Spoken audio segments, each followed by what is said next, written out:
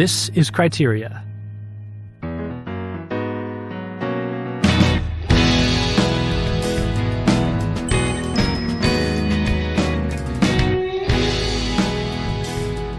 Hello, everyone. Welcome back to Criteria. I'm Thomas Meares. I'm here with my co-host, James Majewski.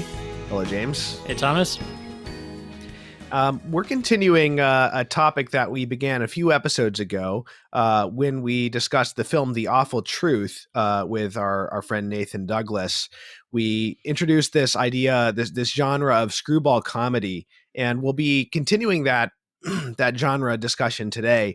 But I wanted to just quickly refresh for the audience who doesn't remember what that genre is. Wikipedia actually has a pretty good and concise description. So I'll go ahead and read that just to quickly remind people.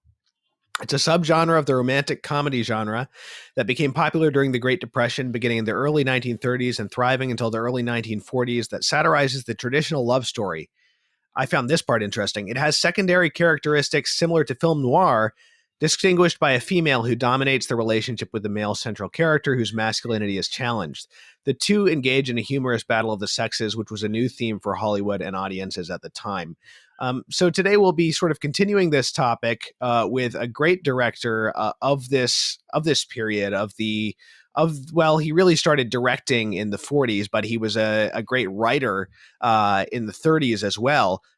Preston Sturges. Preston Sturges, as I mentioned, was a screenwriter who eventually became one of the earliest Hollywood screenwriters to sort of turn his screenwriting reputation into a gig directing and writing his own movies.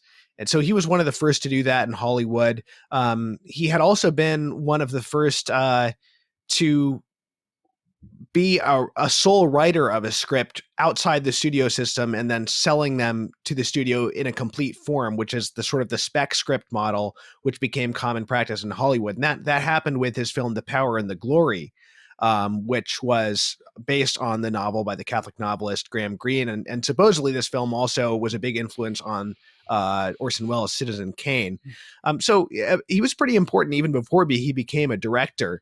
But from 1940 to 1945, he wrote and directed 8 films, I would say 7 of which are considered to be classics. And most or all of them are comedies. I wouldn't say every film that he wrote and directed was a screwball comedy, but quite a number of them are. And today we'll be discussing 2 of those films, one of which is from 1941, Sullivan's Travels, and the other is from 1944, The Miracle of Morgan's Creek.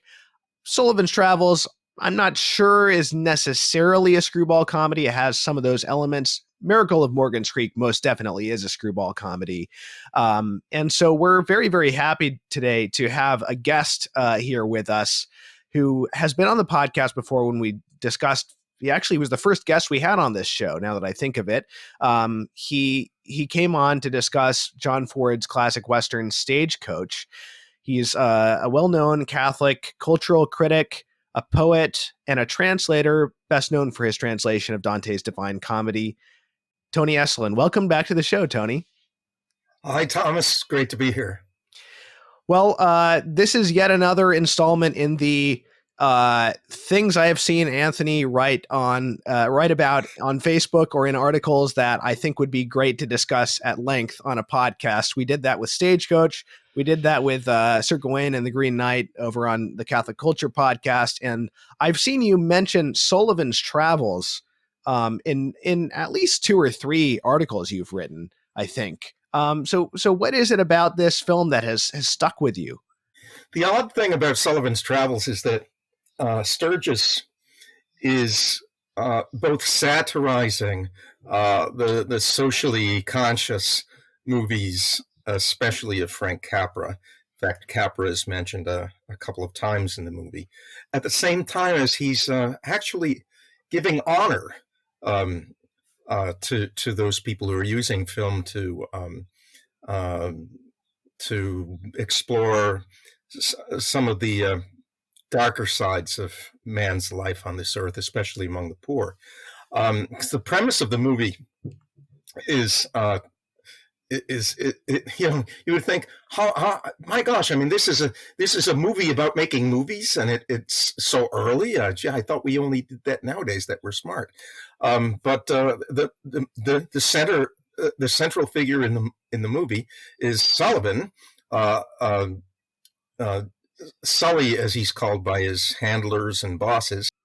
You see the symbolism of it? Capital and labor destroy each other. It teaches a lesson, a moral lesson. It has social significance. Who wants to see that kind of stuff?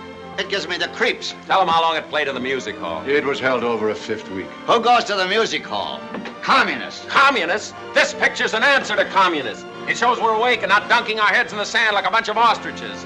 I want this picture to be a commentary on modern conditions, stark realism, the problems that confront the average man. But with a little sex. A little, but I don't want to stress it. I want this picture to be a document. I want to hold a mirror up to life. I want this to be a picture of dignity, a true canvas of the suffering of humanity. But with a little sex.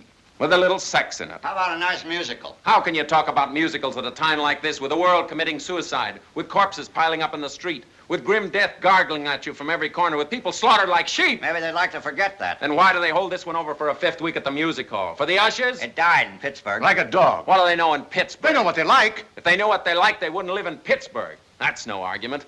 If you pander to the public, you'd still be in the horse age. You think we're not? Look at Hopalong Castle. You look at them. We'd still be making Keystone Chases, Bathing Beauties, Custard Pie And a operas. fortune. Fortune. Of course, I'm just a minor employee here, Mr. LeBrand. Hey, starting that one again. I wanted to make you something outstanding. Something you could be proud of. Something that would realize the potentialities of film as the sociological and artistic medium that it is, with a little sex in it. Something like Something like Capra. I know. What's the matter with Capra? Look, you want to make Oh Brother Where Art Thou? Yes. Now, wait a minute. Then go ahead and make it. What you're getting, I can't afford to argue with you. That's a fine way to start a man out on $1 million production. You want it, you got it. I can take it in the chin. I've taken it before. Not from me, you haven't. Not from you, Sully, that's true. Not with pictures like So Long Sarong, Hey Hey in the Hayloft, Ants in Your Plants of 1939, but they weren't about tramps, and lockouts, sweatshops, people eating garbage in alleys, and living in piano boxes and ash cans, and Foy. they're about nice, clean young people who fell in love with laughter and music and legs. Now take that scene in Hey Hey in the But you Hayloft. don't realize conditions have changed. There isn't any work, there isn't any food. These are troublous times. What do you know about trouble? What do I know about trouble? Yes, what do you know about trouble? What do you mean, what do I know about trouble? Just what I'm saying. You want to make a picture about garbage cans. What do you know about garbage cans? When did you eat your last meal out of one? Well, what's that got to do with it? He's asking you. You want to make an epic about misery. You want to show hungry people sleeping in doorways. With newspapers around them. You want to grind 10,000 feet of hard luck. And all I'm asking you is, what do you know about hard luck? Yes. What do you mean, what do I know about hard luck? Don't you think No. I've... What? You have not. I sold newspapers till I was 20. Then I worked in a shoe store and put myself through law school at night. Where were you at 20? Well, I was in college. When I was 13, I supported 3 sisters and 2 brothers and a widowed mother. Where were you at 13? I was in boarding school. I'm sorry. Well, you don't have to be ashamed of it, Sully. That's the reason your picture's been so light, so cheerful, so inspiring. They don't stink with messages. That's why I paid you $500 a week when you were 24. 750 when you were 25. 1,000 when you were 26. When I was 26, I was getting 18. 2,000 when you were 27. I was getting 25 then. I just opened my shooting gun. 3,000 after thanks for yesterday. 4,000 after answering your I plan. suppose you're trying to tell me I don't know what trouble is. Yes. In a nice way, Sully. You're absolutely right. I haven't any idea what it is. People always like what they don't know anything about. Certainly had a lot of nerve wanting to make a picture about human suffering. You're a gentleman to admit it, Sully. But then you are anyway. How about making Ants in Your Plants of 1941? You can have Bob Hope, Mary Martin. Maybe Bing Crosby. The Avid Dancers. Maybe Jack Benny and Rochester. A big name band. What? Oh, no. I want to make Oh Brother, Where Art Thou? But I'll tell you what I'm going to do first. I'm going down to the wardrobe and get some old clothes, some old shoes. Huh? And I'm going to start out with 10 cents in my pocket. What? I don't know where I'm going, but I'm not coming back till I know what trouble is. What? Don't worry, you can take me off salary. Who's talking about taking your salary? So long, and thanks for the Now, idea. wait a minute. Don't be so impulsive. How soon you be back? I don't know, maybe a week, maybe a month, maybe a year. Don't worry about me, and thanks, Dracula. You gave me a great idea. I gave you...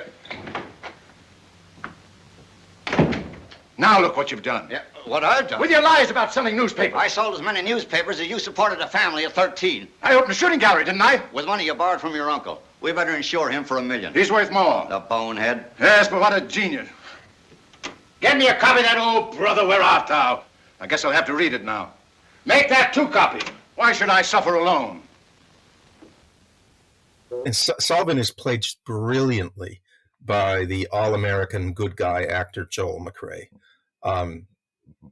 Fresh-faced, clean-cut, wholesome, tall, handsome, soft-spoken, good-looking, smart, basically middle America the best, right?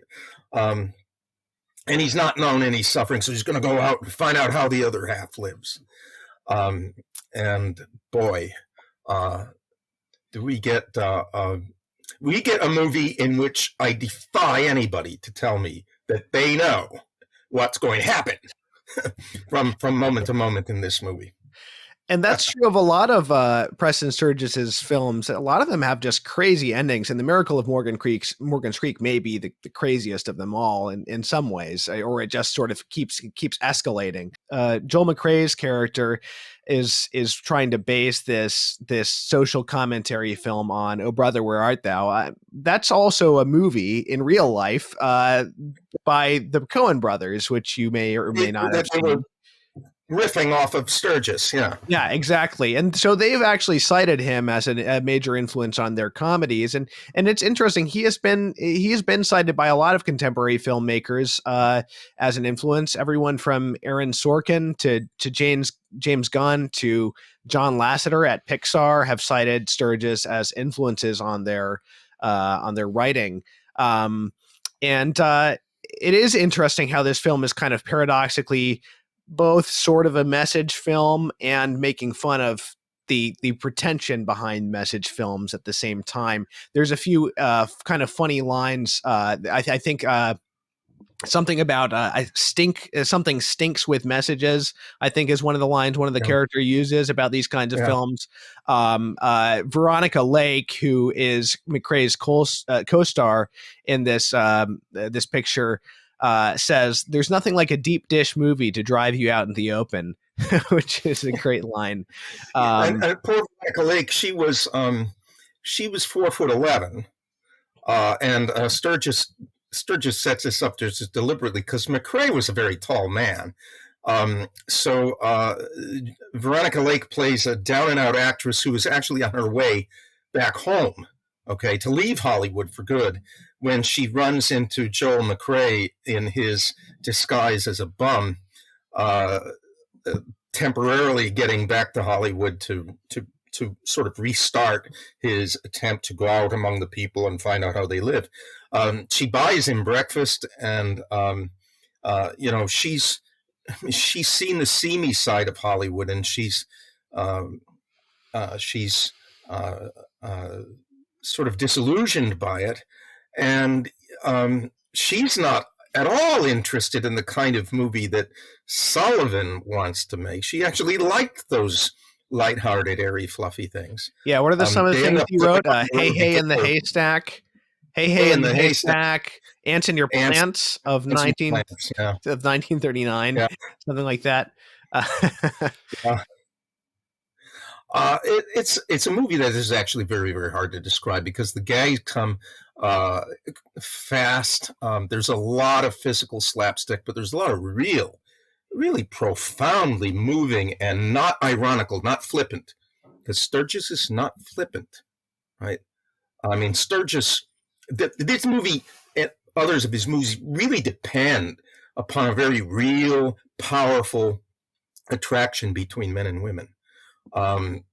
It's the battle of the sexes because it's also this really powerful attraction of the sexes, right? I mean, you gotta have both. A touch of flippancy or snideness would spoil the real comic heart of this movie.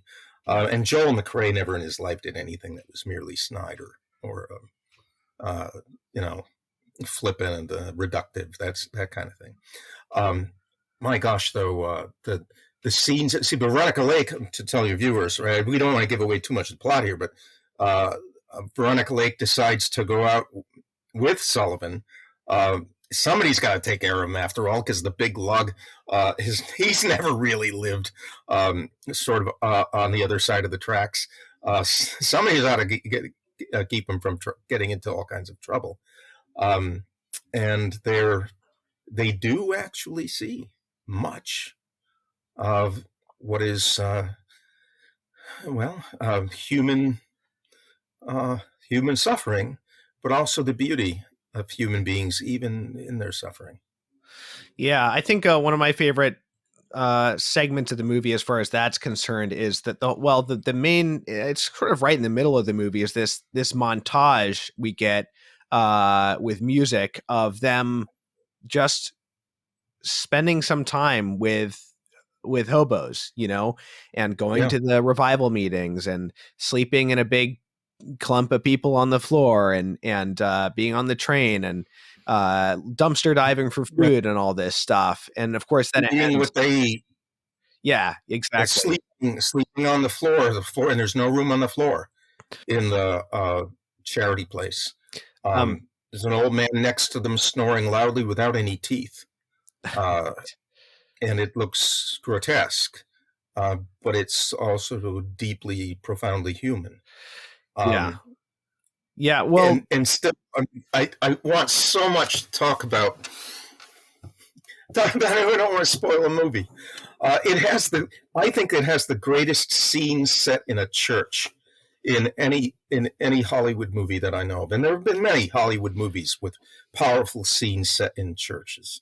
Or the very final scene of Going My Way, for instance, where they get the old priest together with his mother from Ireland, and the actor playing the old priest is Barry Fitzgerald, and Liam McCary, the director, didn't tell him, surprised them that they were actually going to get his mother in her 80s from Ireland to bring her to the United States and put her on the set, so that when the actor actually looks at her, it's his mother. And the look is priceless, right? I mean, there are powerful church scenes in Hollywood, or there used to be, but that scene in the black church, in the Baptist church, where they're going to show an entertainment, a movie, near the end of Sullivan's Travels, is like nothing else in all of Hollywood history.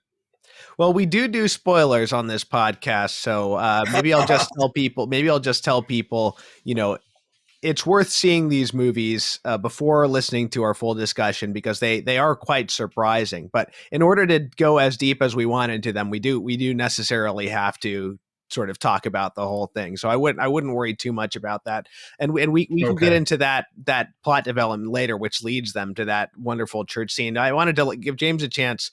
James, this was your introduction to this director. So what was your overall first impression? Yeah, I didn't really know what I was getting into. I guess the only context that I had was The Awful Truth. So I knew that I was going to be watching something that was at least screwball adjacent.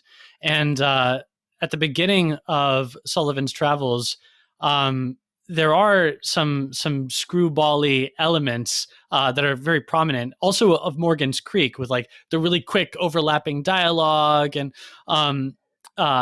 snappy dialogue. Yeah, and some of these falls onto the floor into the pool, or you got to wonder, like, I mean, maybe I'm cynical and I just don't laugh when someone falls into a pool, but like in this film, in Sullivan's Travels, there's like an extended scene where we just watch one person after another falling into the pool, and like, was there ever a time when people were just like, cracking up at this? I don't know, maybe. But especially because two of the people who fall in the pool are butlers. Yeah, right. That butler who is given some of the a couple of sentences there are best lines in the movie. Yeah, right. He advised very much against going to experience poverty. It is a thing to be shunned. Well, I want to do it for the sake of the poor. I doubt, sir, Mr. Sullivan, the poor would appreciate it. I think that they do not like to have their privacy invaded upon. It's politically incorrect, but powerfully considered. But it's fun to see, because there's a touch of the snob about the butler too. And when he falls into the pool, it's yeah. Well, I guess a butler with an English accent and a pool. Yeah, good old fashioned fun.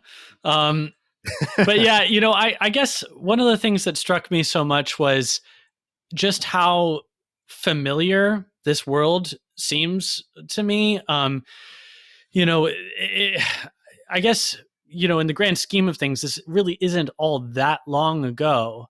But frankly, it's like the more things change, the more things stay the same.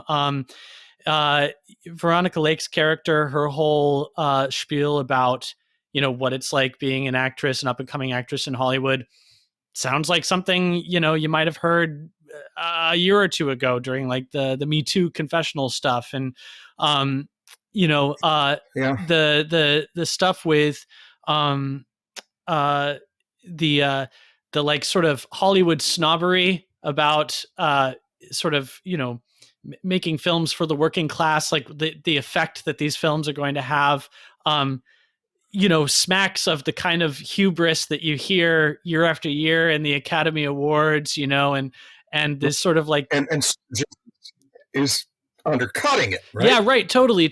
And I guess I was struck by, wow, so much of what Preston Sturges is commenting upon here and critiquing is, shows Hollywood shows no signs of having reflected on any of this in the years since then. Agree with you, but I would say more that Hollywood cannot now do a movie like Sullivan's Travels, because what Sullivan's Travels is a heart, and Hollywood has lost most of its heart. Especially, I don't know who you would get for Sully. Who are you going to get that's, an all-American boy like Joel McCrea? Yeah. I think that was that was the most like sort of prominent feature of this film that stuck out to me, was that there's just no way this movie is possible today. And I don't know, that Hollywood is capable of this level of sort of self-critique. Yeah, and another thing that would spoil this movie, although there's really powerful attraction between Joel McCrea and Veronica Lake. And by the way, she loved doing this movie with him, right? If there's a suggestion that she and he are sleeping together, okay, that ruins the movie, right? That spoils it right there. Movie's gone. Movie's dead. Okay. In the midst of all this crackling sexuality, there's got to be this gold thread of real innocence, and if that's missing, it's gone. It's gone. Yeah. It's. I said that the English butler was a bit of a snob. The funny thing is that McCrea's character himself is just a touch of a snob. So he's arguing there at the beginning of the movie with his studio executives, right? And he's talking about the kind of movie that he wants to make, a socially relevant movie. And one of them says it bombed in this dialogue. It's very fast. It bombed in Pittsburgh. And McCrea says, Sullivan says, well, what do they know in Pittsburgh? The other fellow says, they know what they like. If they knew what they like, they wouldn't live in Pittsburgh. Yeah, that was a good one. Right? He blurts that out, and it shows, there's a touch of the snob in this prep school kid, right? It's but it's just a touch. It's not the real heart of his character, and he learns in the movie. He really does learn, despite himself. Okay. There's sort of like three progressive attempts that he makes to enter into the life of the poor. There's the first attempt where he's got the van, the land yacht with all of his Hollywood retinue following behind him at their insistence to keep him safe and comfortable. Right. He tries to escape them. He manages to do it for a little bit, ends up catching a ride with a trucker and gets straight back to Hollywood. Your old boy in the he gets a ride with a child.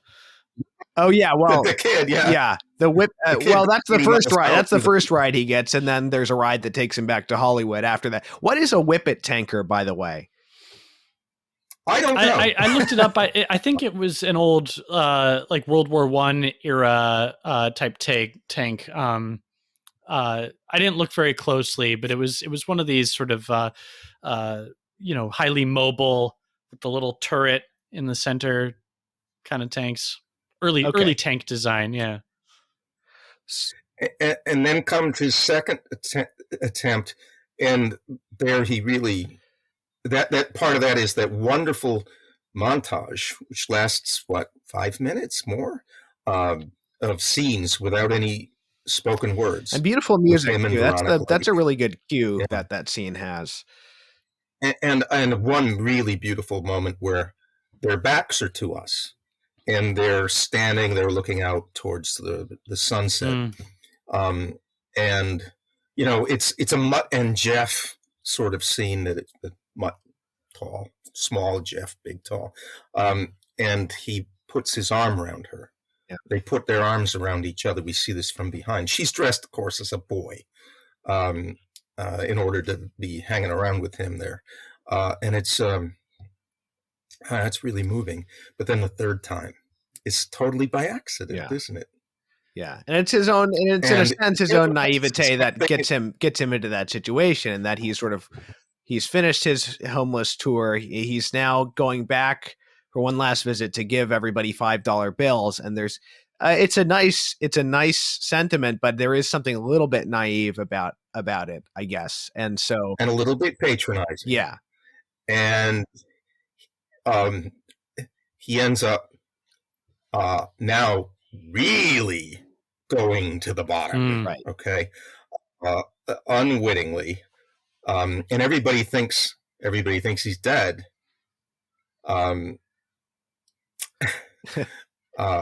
And he actually finds himself in the Deep South in a prison for hard labor, at a chain gang. Yeah, and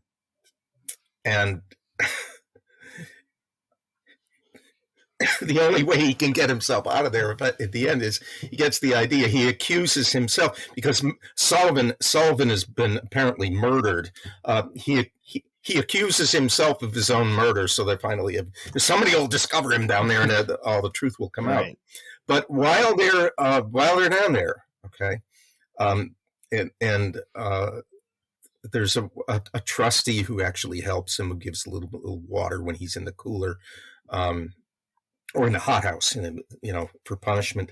They're going to go see a movie, right? They're going to go to the picture show. And Sullivan doesn't really want to go, but the trustee persuades him, come on, we're all going to go. And then we have no idea what's going to happen, right? We have we see a picture show. What's that going to be? Well, it turns out that there's a very poor black church in the neighborhood, and we go to the inside there, and the black preacher's just getting done with his preaching, and he says, in a deep, rich, deep baritone voice, he says that we're going to have some guests with us tonight, because we're going to have an entertainment, but we're going to have some guests. And now I don't want any of you to make our guests feel out at home or uncomfortable by acting high-toned, right? Putting on airs, because we're all children of God. And he said, that's pretty good. You're pretty good. He said, and the first shall be last, right? We're all children in the sight of God. And they begin to sing. Yeah, go down. While men are in chains. And he takes the lead. He's the bass. Go down, Moses. Yeah. Way down to Israel land. Tell old Pharaoh, let my people go. And these dispirited, scruffy men, guilty of all kinds of crimes, in chains, including Sullivan, not guilty of anything. Guilty of being a dummy. All troop in. Guilty of being a dummy. All troop. And a sheet is let down from the front of the church, This is like movies, motion picture. It is the very lowest level. A black lady, a very nice black lady, is playing the musical accompaniment on the organ, on a pump organ, a reed organ, okay, that you have to work with your feet while they show, not ants in your plants, not hey, hey in the hayloft, not oh brother, where art thou? They show a black and white, silent, because she got to play the music, Disney cartoon. Yeah. And this is like very primitive Disney too. It's not you know, I'm hoping Disney for some Bugs Bunny or something, you know. This is like the most basic of slapstick cartoon thing. That's right. Totally basic, right? And these dispirited, disheartened men, with all the crimes heaped on their heads, they start to laugh. The preacher even laughs. He belts out a laugh, and everybody's starting to laugh, and Sullivan is there looking. I mean, Sullivan, he's this sophisticated man. He's this Hollywood director. And he looks around,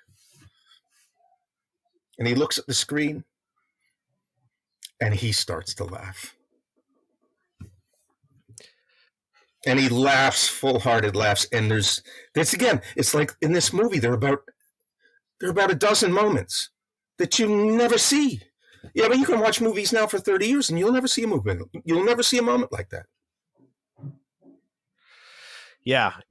When he comes back, he says, no, I'm not. They now all say, wow, you've got such publicity now because he manages to get out of this hard labor prison.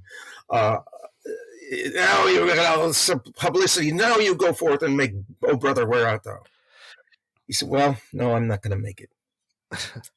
Maybe I will someday, not yet, but I'm not going to make it. He says, some people, it's not such a bad thing to make people laugh. In this, it's in this cockeyed caravan. It's for some people, it's almost the only thing they have. Yeah.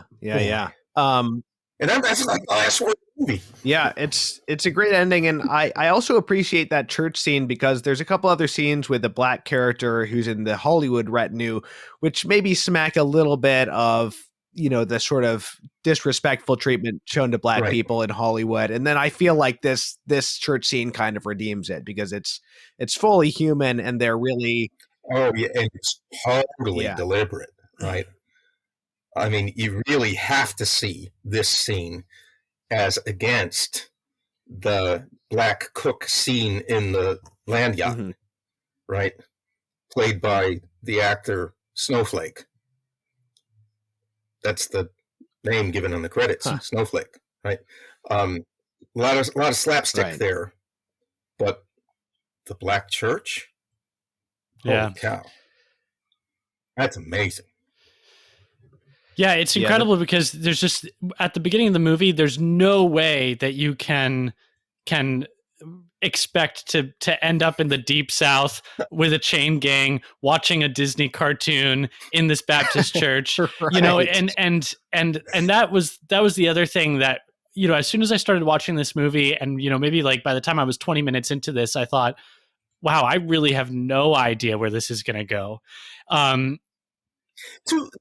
3/4 of the way into the movie. The last half hour of this movie, which is an hour and a half long, it goes to a totally different place. It's like it feels like it should be wrapping up, and then there's like a whole other section of the plot. It's he does in several of his movies. Yeah, well, that's I think he. Yeah, Miracle Morgan's Creek is that way. The Lady Eve is that way. Well, that's the cool thing about these Preston Sturges comedies. I've watched what are considered to be like his 8 classic comedies.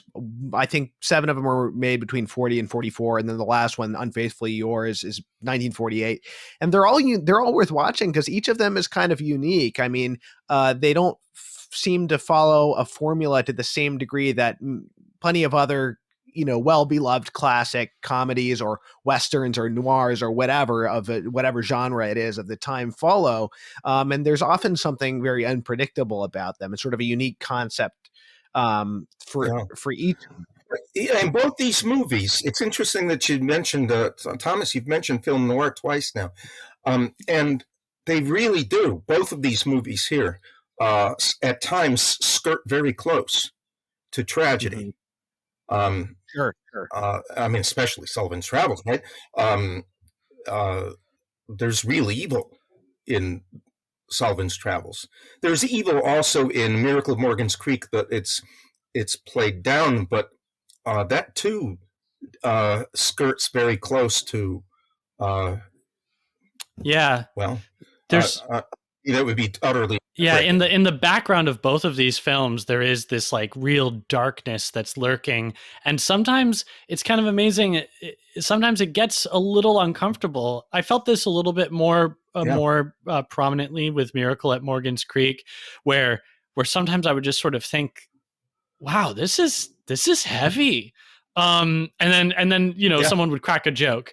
But it's the same with Sullivan's Travels, that Preston Sturges is able to navigate quite seamlessly between these moments of real lightness and then moments where just not too heavily, but just sort of with the lightest touch, dips into some pretty heavy material. And I appreciate that a lot, because I think that a hackier comedian might relish too much that the sort of like it's like being in a hot tub and jumping into the pool. Like when you play with those contrasts, the result can be really striking, but then you wonder, like, is this really an earned? Is this striking because it's really actually nuanced and thoughtful, or is this striking simply because it's jarring and discomforting? But it can come at the expense of the film's humanity, I think. Yeah, and that doesn't really happen here, I don't think. No, Sullivan's Travels is it's so easy to overlook the acting ability of Joel McCrea, because he doesn't seem to be acting. He just seems to be that kind of human being, right? I love him. I think he's a great actor. He was underappreciated. I like him a lot too. He's very straight down the middle. He doesn't strike you as much of a personality as, say, a Cary Grant or some other actors at the time, but he's very good in everything that I've seen him in. Yeah, he doesn't. He doesn't say, "Hey, look at me, I'm acting. Aren't I brilliant?" It's Joel McCrea being Joel McCrea. Not even John Wayne being John Wayne, because it's kind of like a brand name. It's just Joel McCrea being a tall, good-looking man of a kind of normal sensibility. He's brilliant in Alfred Hitchcock's Foreign Correspondent. Absolutely perfectly cast in that movie. And that's no screwball comedy. And in the Miracle of Morgan's Creek, the real evil behind it, that is this serviceman, knowing this is not shown to us, we come to know it, piecing things together after the fact, along with the character Betty Hutton, because she was knocked semi-conscious by a blow to the head, an accident, a chandelier, in the dance hall, was then taken to a justice of the peace somewhere, by a serviceman on his way out, who never met her before, just so that he could bed down with her. Yeah. Knowing that she didn't know what's going on. Right. And she wakes up the next morning and memories start coming back to her really vaguely. And sure enough, very soon after this, we find out she's in trouble. Right. And there she has to call upon the faithful boy who's been rejected for the army because he stutters and has the jitters. Eddie Bracken, who loves her, is totally in love with her, to try to get her out of this mess that she's gotten herself into. If I could, before we totally transition over to Miracle of Morgan's Creek, just to make a couple of more observations about Sullivan's travels. The first is that, and this is something we touched on with John Ford's Stagecoach, and it's something that you find more often in films. This is one of the things that we talk about when we say this film wouldn't be made today, is that there's a sort of graciousness extended to everybody and a sort of understanding and compassion, especially in filmmakers like Capra and Ford. And you see that this in particular in the comments made about the jail warden by the I wish I could remember the character who sort of watches out for Sully when he's in prison. Yeah, the trustee. Yeah, the trustee. He says he ain't so bad according to his lights. He has to deal with some pretty tough hombres. So otherwise we would think of this as the stereotypical mean Southern jail warden, right? He beats people. Anybody who shows the slightest bit of, uppityness, he beats them. He puts them in the hot box. But we get this line from the trustee, and it's just one more touch of humanity that's shown in the film. Yeah, it's a movie that really grows on you. That there's I don't think there's a single false move in the whole film. I don't. Though the dialogue is often, as I said, snappy, right? Well, that's characteristic of screwball comedy, back and forth. It's none of it is, how to put it, snippy. There's nothing glib and there's nothing snarky. There's nothing. Well, look, show off. I'm showing off here. I've got really snappy dialogue. It's too human for that. But it's not meant to be ponderously human. It manages to touch upon profound things while being hilariously funny. Yeah. I mean, it's drop dead funny. Yeah, it really is. And it's super entertaining right from the first moment, because you open with this like fight on this train, these two men just trying to kill each other.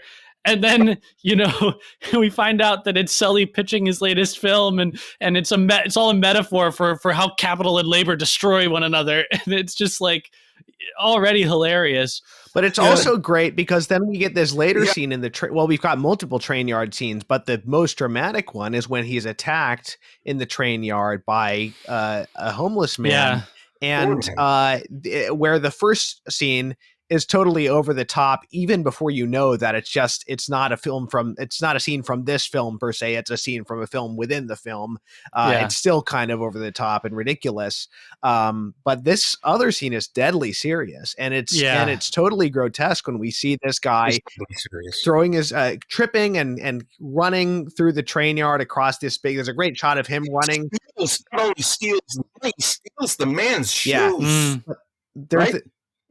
Sully's shoes. Yeah. And there's this great shot of him running across all these train tracks, this wide shot of all these different train tracks that he's running across. And then at the very edge of the frame, he trips and falls, and he's trying to pick up his money, and the train comes, and he doesn't know which track it's going to switch down. And it's deadly serious. There's nothing slapstick about that. It's a really that's a really dark scene. I also wanted to touch on real quick on Veronica Lake's performance. This is one of my favorite aspects of this film because there's something in her voice that is very distinctive about it almost feels ahead of its time. There's something very deadpan, and the fact that her voice is so low that almost feels like a more modern female performance, and so she's got this sort of deadpan, sarcastic, low key personality, but also a lot of heart, as we see going through the movie, and not someone who's going to be aloof. She's aloof at first, a little bit aloof from him, and suspicious of him, but she quickly becomes emotionally attached to him. And so I like all these different aspects of the performance, but delivered with this voice that I think is very unique for a female actress of the time. Yeah, and that first scene with the two of them together in the diner, where we're first introduced to her, it totally plays out as if it could have been a scene in a noir film, you know, and she has all the trappings of a femme fatale, you know, in calls this him Big diner. Boy. Yeah. She's Lauren, or there was Lauren Bacall. Right.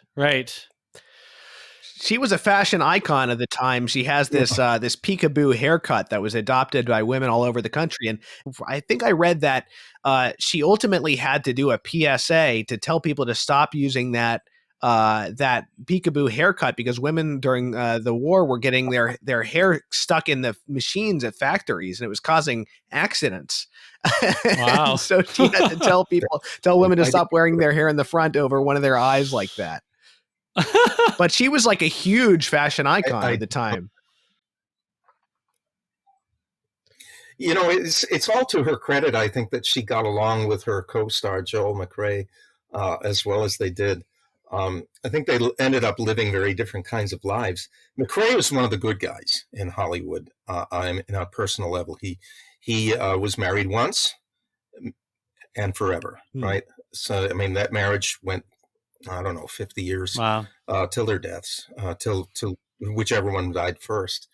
They had a son who, he and his wife, who did a little bit in the movies, but you know, I don't think McCrea thought of himself as.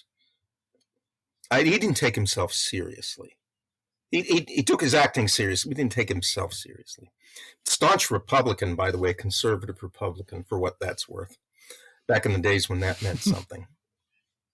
And when you could be that and not be hated by everybody, too. Sure. You know? And then Veronica Lake, you were saying she lived went in a different direction from him? Well, I think she had more. I think she was married and divorced a couple of times. That's all. You know, I pretty young too. Didn't she? She was pretty young at the time. Yeah.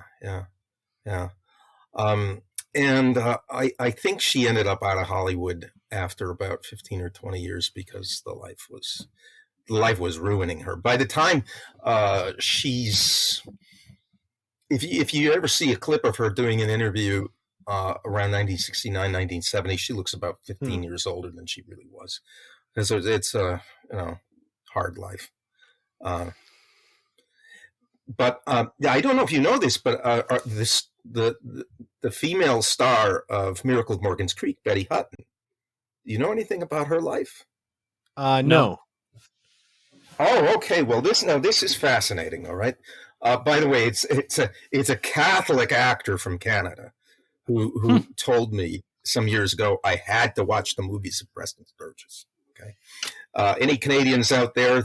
It's my friend Louis Del Grande. So if you've ever watched the Canadian show Seeing Things or The King of Kensington, that's my pal Louis. Okay. And he put me onto these movies. Anyway, he said that Miracle at Morgan's Creek was the greatest comedy ever made. And Betty Hutton, song and dance girl, actress in screwball comedies, was, just could not put up with the rottenness of Hollywood life anymore and how mean people were.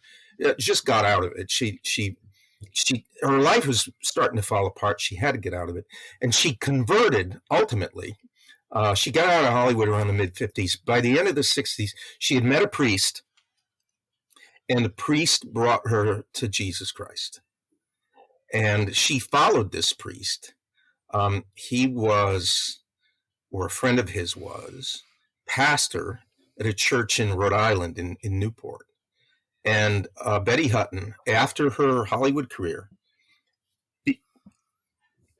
lived in Newport, Rhode Island, and was the housekeeper for a rectory. Wow. With the Catholic Church. And that's what she did for the rest of her days. That's wild. There's a Robert Osborne did a long interview with her, about an hour-long interview, and she talks about this. She is very frank about her religious faith and how she came to it. And Osborne allowed her to be very frank about it. There wasn't any embarrassment there. I like to think that seeds were planted even at the beginning. with this Preston Sturges movie, because my friend Louis Del Grande says it's the greatest pro-life movie ever made. Hey, come here.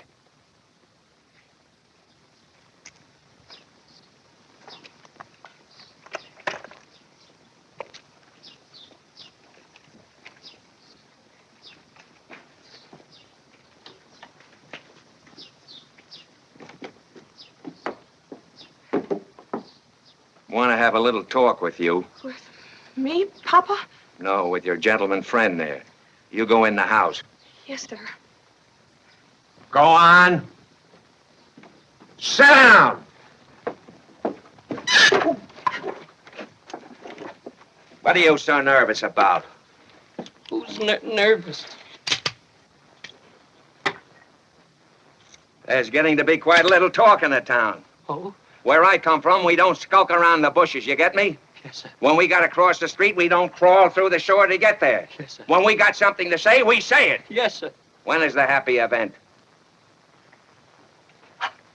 I didn't hear exactly what you said. When are you and Trudy getting hitched? Oh. What are you laughing about? Who, me? I'm not laughing. Just something I heard at the bank today. You haven't answered my question. Oh! There isn't any idiocy in your family, is there? She won't have me. Oh, she won't. I already asked her. You didn't ask her right. You gotta be more forceful in these matters. Dames like to be bossed. Now, you take me. I did my best. You can do better. You better do better. All you can do is ask. We accept. You're in. Now, wait a minute. There might be a couple of reasons, a couple of details. You can settle the details up between you. All I'm interested in is results. I'm a man who looks at things broadly, see? A man who...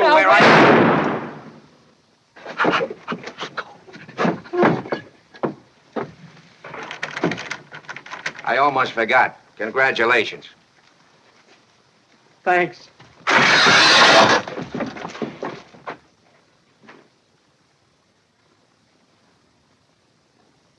1944, The Miracle of Morgan's Creek.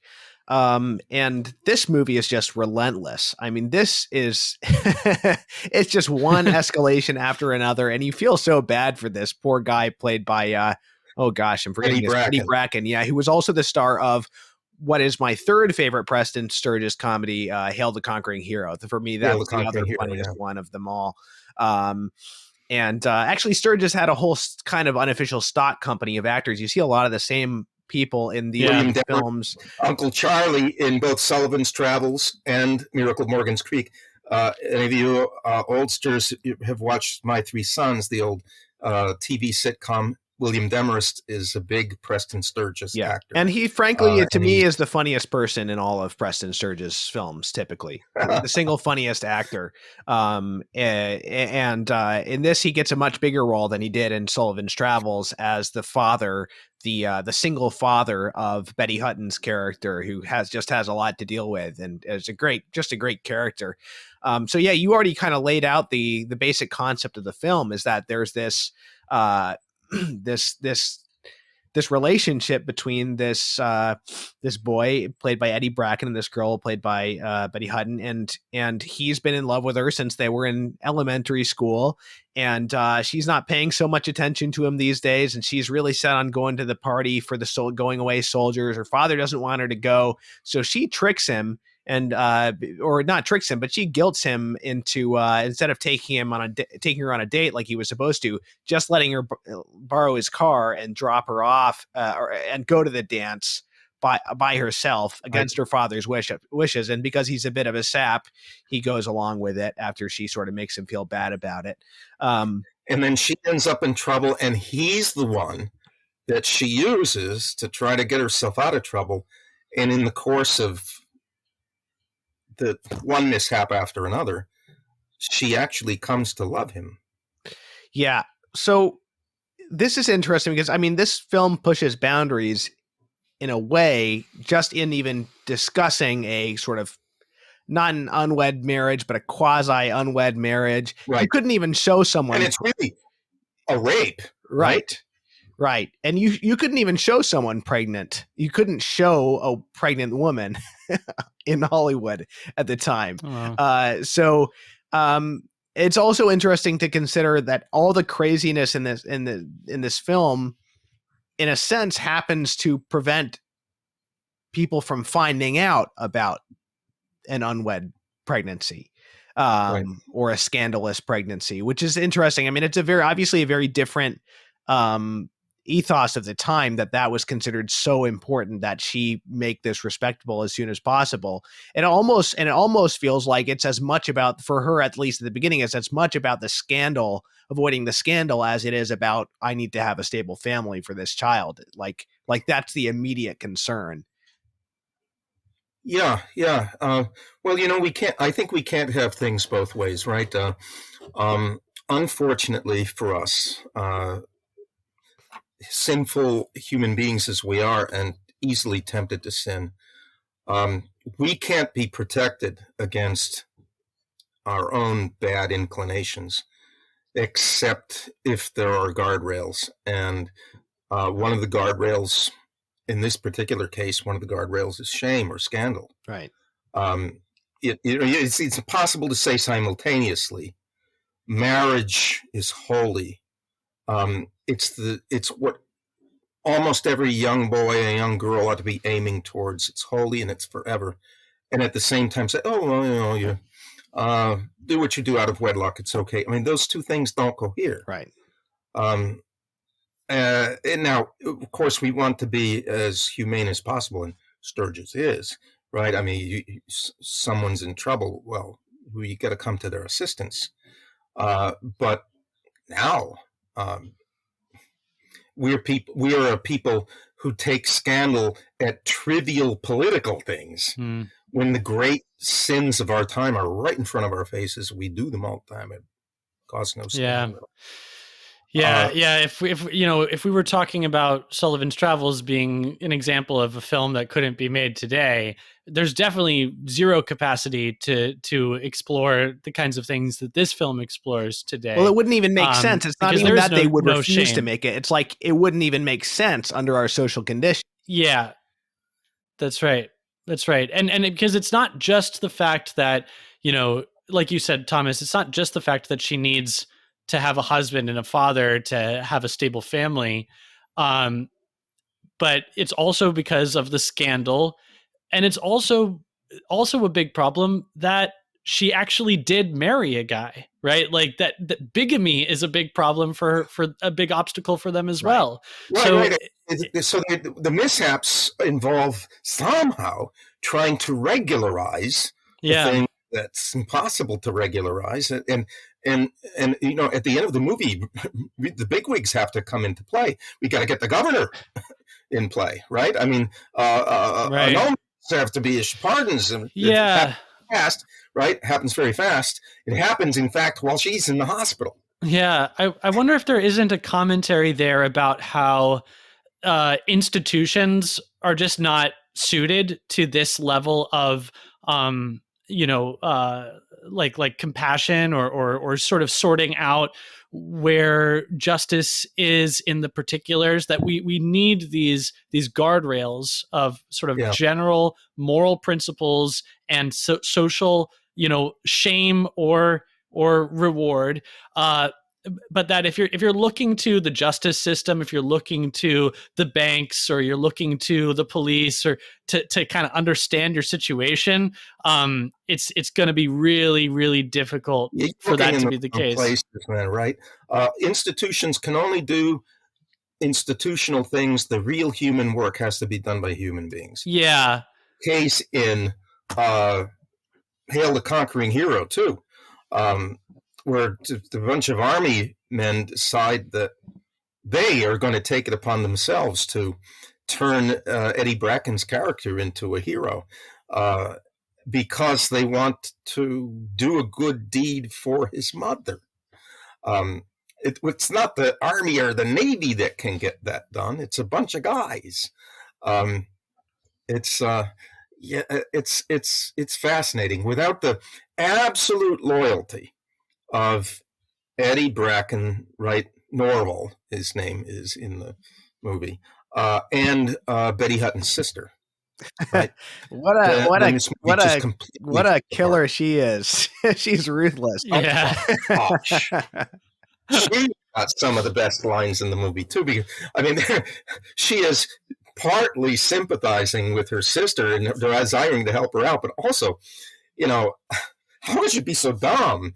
And partly sticking up for her sister against the father, and it's a great comedy of three very different people who actually do love each other.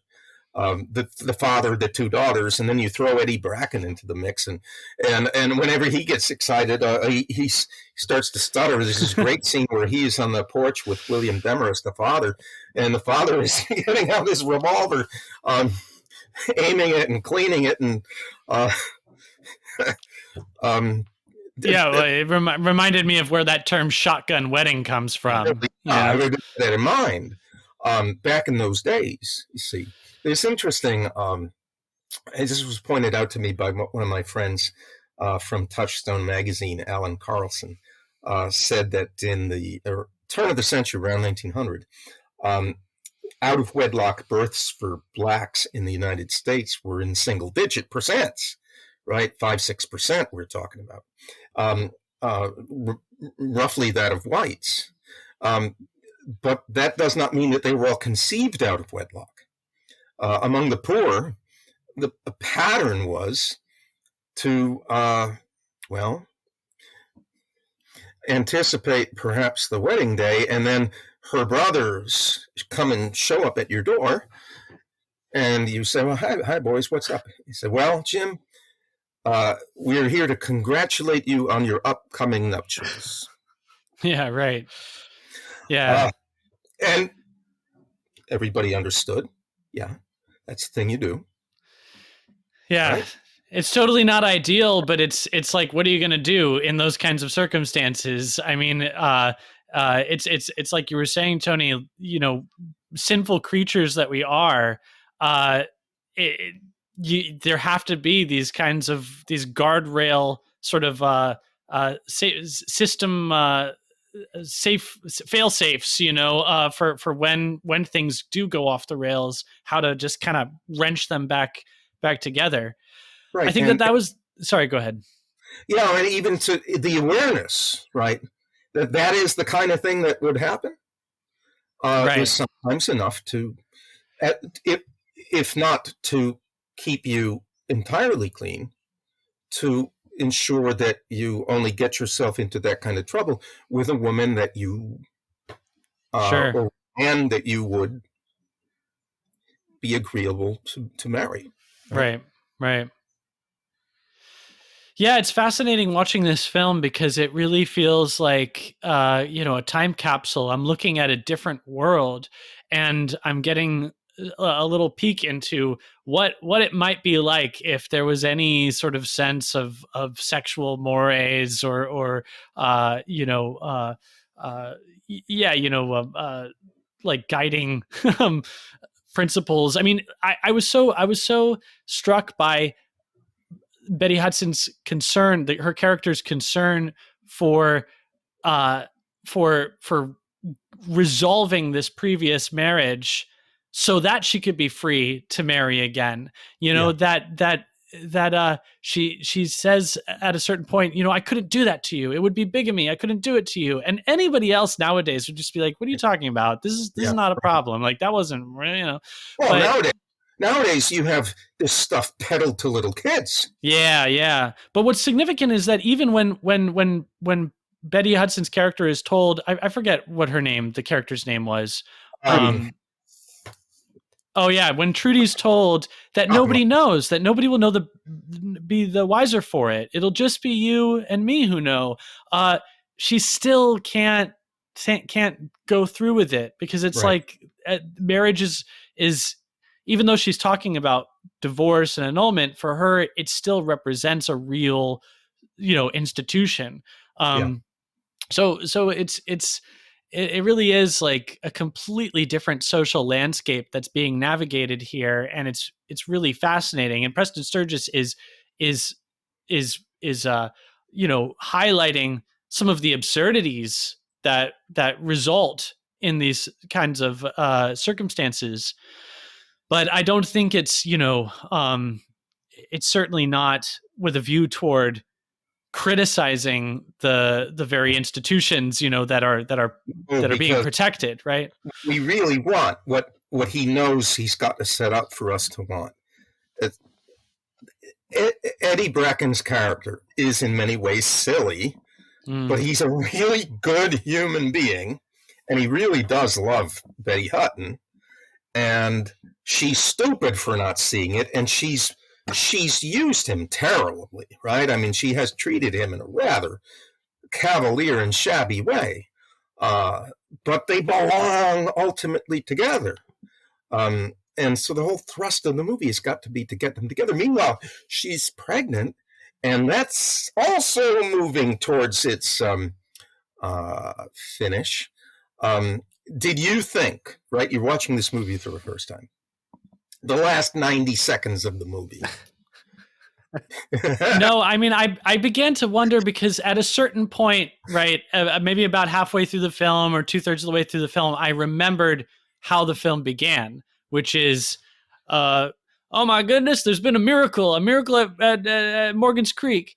And so you begin the movie not really knowing what that is. Right. And then, about halfway through the film, I thought, I haven't about enough information now that I should have some sense of what this miracle is going to be, but I really didn't really have an inkling until the very end when things are sort of like rushing toward their culmination, and that was when I began to think, it dawned on you, this is then the first time I saw it, I was roaring with laughter. I was rolling on the floor with sheer delight.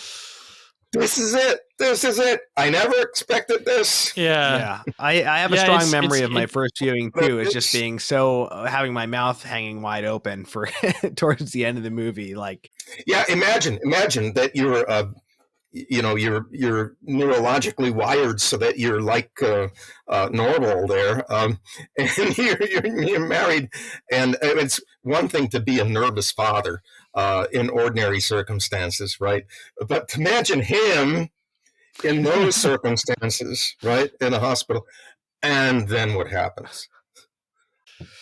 Yeah, William Demarest is so funny in this film, and it's that's another thing that people probably wouldn't feel as comfortable joking about today, as a father repeatedly trying to physically assault his daughter, yelling. Yeah, but even there, it's like there's a certain graciousness to that as well, like with the character of the jail warden in Sullivan's Travels, and so we see the hard edges of this father, but then we kind of see the warm heart as well. And really, in a way, he ends up kind of paralleling society. Society has these rough edges. There are taboos. There are expectations. There are punishments. But then there's also genuine warmth and societal aplomb. So the end of the film is about just how noble and worthy it is. And so this film ends up being as much about the negative sort of shame, the sort of the via negativa of societal encouragement by way of shame and punishment, as well as the sort of more positive mechanisms of social encouragement by way of honor on nobility. Speck of what you might call sappy or sentimental. Right. Yeah. And that's not there in either of these movies. It would be, I think, utterly unjust to accuse either one of them of sentimentality. Right. But they're not snappy and flippant either. The bad things that fall out have as much to do with Trudy's imprudence and poor judgment as they do with Eddie why am I drawing a blank on his name? Right. Yeah, his being a total sap, like he's a sucker. And he shouldn't be a sucker. And if he hadn't been a sucker from the beginning, then maybe all of this would have been avoided, So I kind of liked the touch at the end with the closing sort of intertitle quoting Shakespeare about some having greatness thrust upon them. Right. It's like this was a man who really needed to have he needed this. If there was anybody who needed that kind of shock therapy, it's this kind of character, because he's just a mess.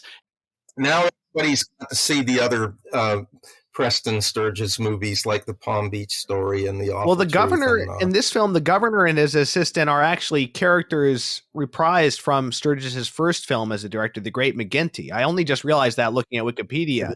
But the governor and his assistant, played by Akim Tamiroff, are both characters from his first his directorial That's cool debut. The Late Eve, with the brilliant Barbara Stanwyck, who never won an Academy Award. Wow.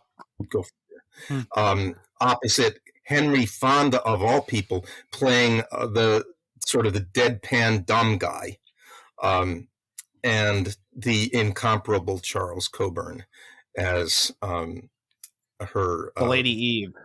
Card sharpening. I have to admit, I just found the Eve, ending to that film very disturbing. I'm still not sure how I feel about it. Lady Eve. Well, I mean, I feel like we're supposed to be laughing at this guy, but I just felt terrible. That whole train scene is just horrible, just horrifying. But yeah, it's very interesting. Well, so Thomas, why did you choose these two films for us to discuss when talking about Preston Sturges? Okay, you know what? They're just my two favorite of his films that I've seen. Sullivan's Travels was the first that I watched, and I've seen it a few times now. This was just my second viewing of Miracle on Morgan's Creek, but that also struck me as just probably edging out a couple of the other ones as the best. And the ones that have stuck with me the most, the ones that have been most memorable for me, other than these two, would be The Lady Eve, Palm Beach Story, for some reason I need to watch that again. It didn't make that much of an impression on my first viewing. Hail the Conquering Hero is one of the funniest for me. And then the last one I watched over Christmas, which is hard to find, but it's on YouTube, is Unfaithfully Yours from 1940. Have you seen that, Tony? No, I haven't. Or if I have, it's a long time ago. Who's in it? It's insane. It is really crazy. It's got Rex Harrison and Linda Darnell in the main roles, and it's about this symphony conductor who thinks that his wife is cheating on him with his assistant, and so most of the movie is him imagining three different ways of taking revenge on her. In one instance, he murders her and frames the assistant. In another, he forces them. In another, he forgives her in such a way as to guilt her and signs a big check to make her feel even more guilty, so that they can go off and live happily together. Because you need youth and beauty, and I can't provide that to you anymore. So just go. And he's acting all gracious just to make her feel guilty. And then the third one, he makes them play a game of Russian roulette. And in each of these long sequences, we get. They happen because he's conducting an orchestra at a performance, and the mood of the music is shaping the plot that he. So, Wow. so in the murder sequence at the end, after that sequence is over, it cuts back to him, and he's laughing maniacally as he conducts this orchestra. And then at the end of the film, I won't spoil it too much, but at the end of the film, he attempts to carry these plots out, and he's much less competent in real life as he tries to successfully try each of these solutions to the problem than he imagines in his fantasy. It's a really dark comedy, but it's very interesting. And it just turns to total slapstick at the end. I'll give you two movies now that are not comedies, but that are two of the most powerful pro-marriage movies that you will ever want to see, and both of them are with Cary Grant. They're very different kinds of movies. He plays different kinds of characters. And the first movie, he's down on his luck and irresponsible. The second movie, he's like Sir Galahad coming to the rescue. First movie is Penny Serenade, depicting a marriage that's on the brink of complete breakdown between him and Irene Dunne, who also is one of my favorite actresses who never won an Academy Award. By the way, devout Catholic, I believe, entire life. Right. We talked about that with The Awful Truth. That movie. Right. But Irene, you don't watch Penny Serenade if you are depressed. Okay. So it does not end. It ends. It ends with hope and love, but there's a lot of darkness in that movie.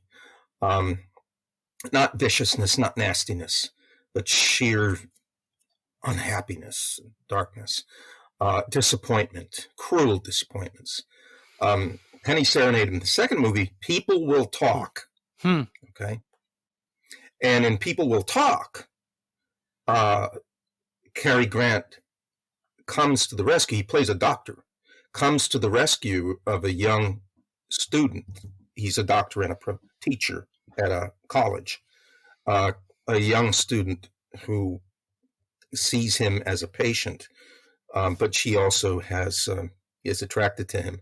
She's pregnant out of wedlock. And her situation personally is difficult. She loves her father, but her father would be cruelly disappointed, not angry, but disappointed, and she doesn't want to. Anyway, People Will Talk. That movie too, okay, has an ending that you will never predict, right? The last 5 minutes of that movie, you have no idea where they come from.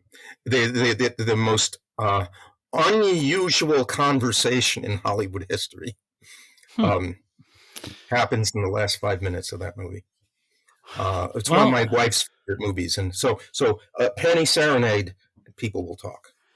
Pro-life and pro-marriage movies when Hollywood didn't know that they were being anything other than normal. That's great. Yeah. Do you have what are your favorite what would you say are your favorite Preston Sturges movies, and what would you say are your favorite screwball comedies more generally?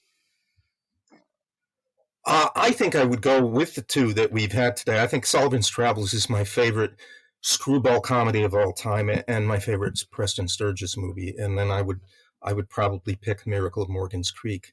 I'm very fond of The Lady Eve. And I like all of the things that Sturges has done. Other screwball comedies that are great. I mean, everybody did a few, right? I don't know if John Ford ever did one, but Frank Capra did a few. Arsenic and Old Lace.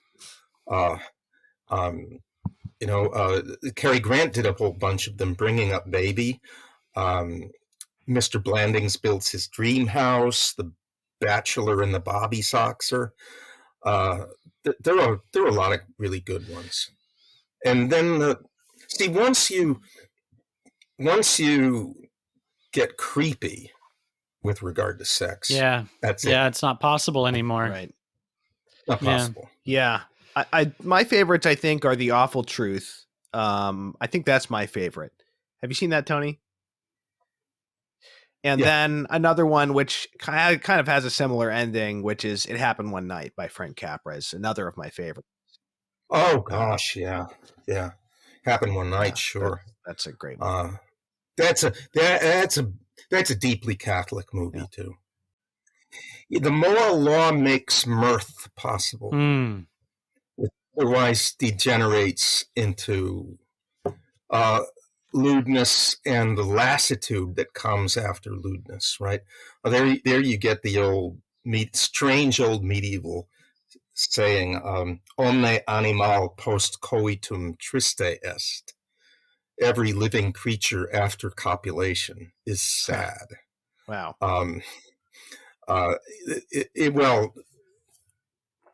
but not when we're in a world of mirth.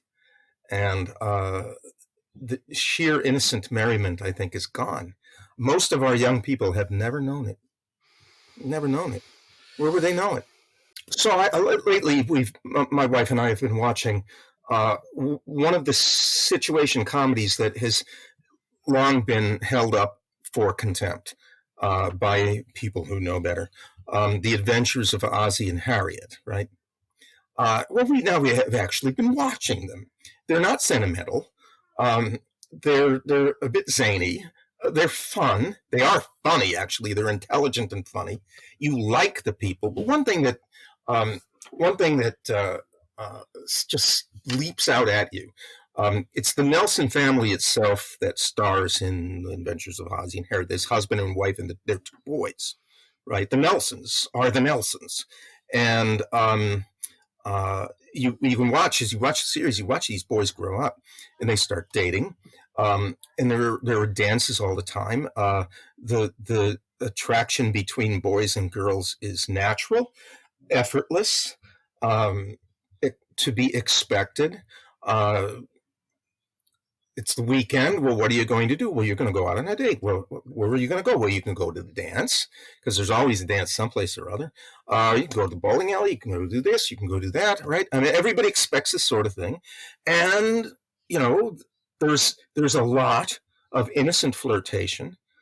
There's a lot of real sexual tension. And a lot of merriment. It all kinds goes together. Now, it's all going to come to smash. Where we live in Hollywood, this is not middle America, right? There are going to be some problems here. But before there were all these problems, so obvious, there were a lot of innocent things that young people could do. And they did all the time. I'm old enough to have arrived at the very tail end of this, right? I know that 10 years later, it was all gone. So when I was in high school, it was still possible to take a girl out and say, well, where are we going to go? Well, let's go play miniature golf. Well, let's go bowling, right?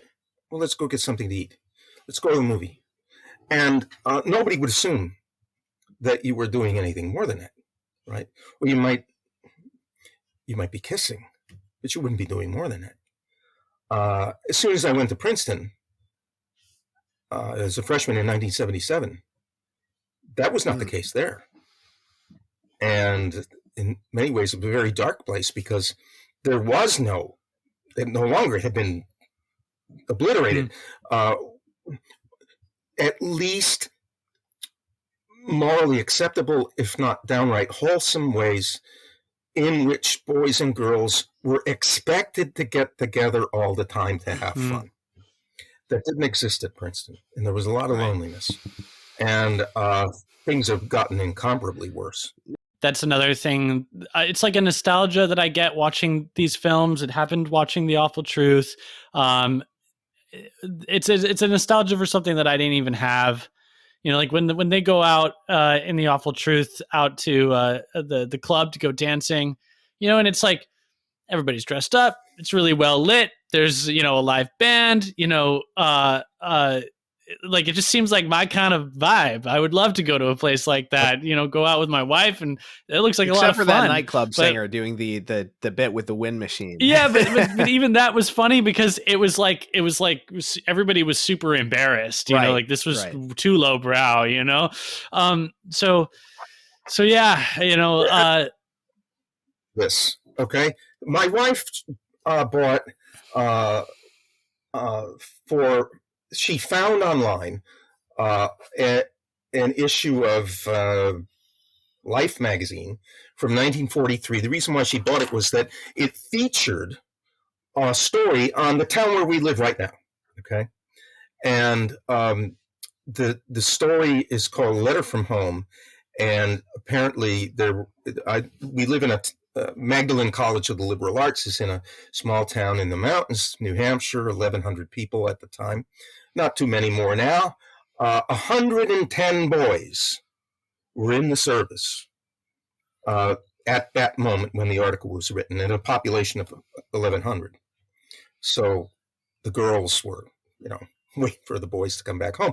And the Warner Women's Club sent a regular newsletter out to the boys from Warner to tell them what's going on at home.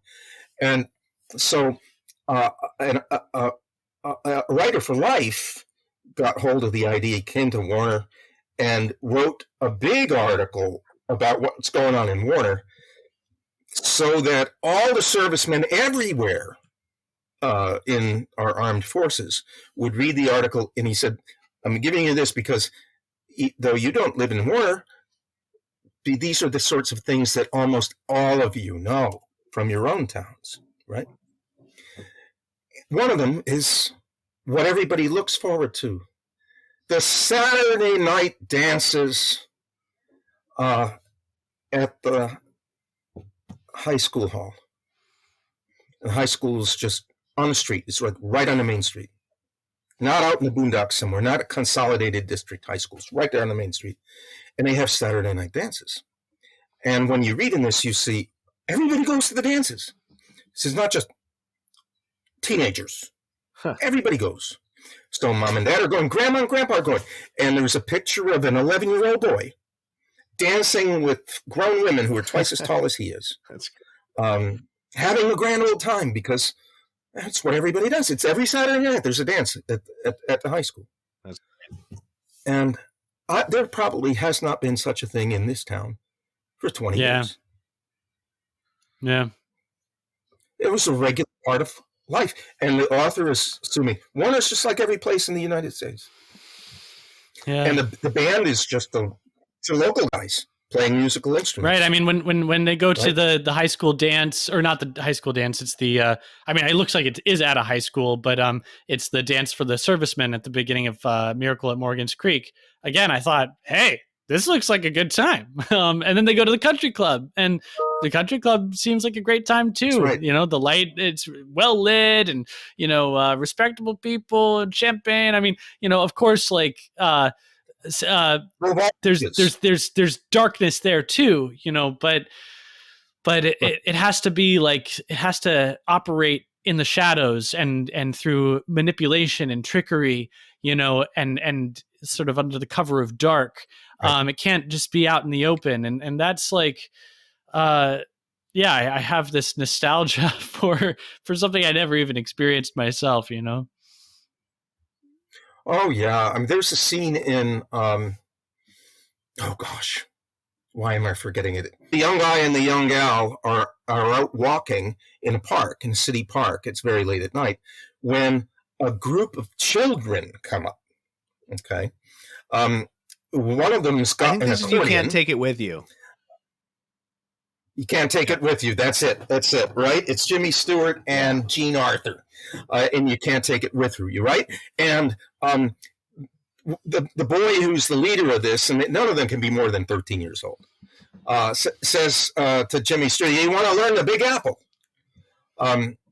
And for a dime, we'll teach you the Big Apple. And so they give him the dime, and the boy starts, grabs hold of Jean Arthur, grabs hold of her by the hands, and she's about a foot taller than he is. And he's chewing gum, and he says, "Come on, sister, shake it." And he's so there's this kid teaching her how to dance, right? And at first she's a little awkward, then she gets into it. Everybody starts to clap. Jimmy Stewart starts to get into the act. A policeman comes. The kids run away. And you said, "Wow, that's from a different universe." Yeah. Right. Yeah, it's like the number of times that the police got involved in The Awful Truth when the music got too loud. Right. Yeah. But yeah, I'm really grateful for this like deep dive we've done on screwball comedy. I mean, granted, we could have done a lot more than we ended up doing.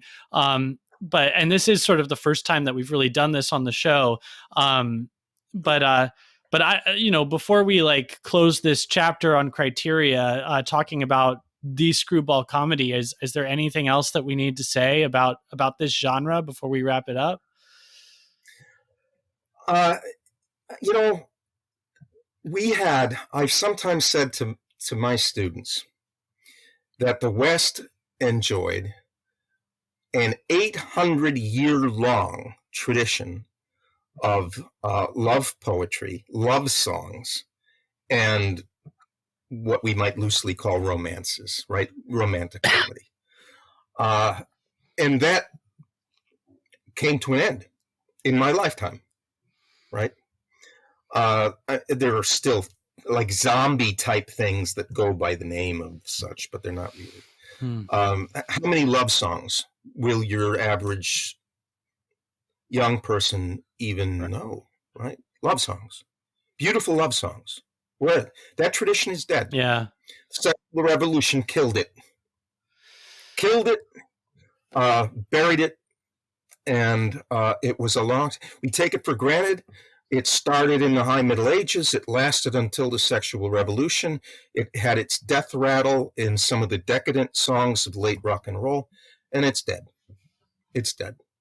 And now we can't even persuade ordinary people that boys and girls ought to be attracted to each other. Yeah, I think that this is true. I think that this is sadly true.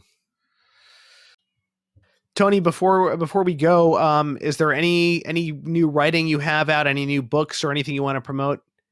Oh, I'm constantly writing things. I almost don't even want to say.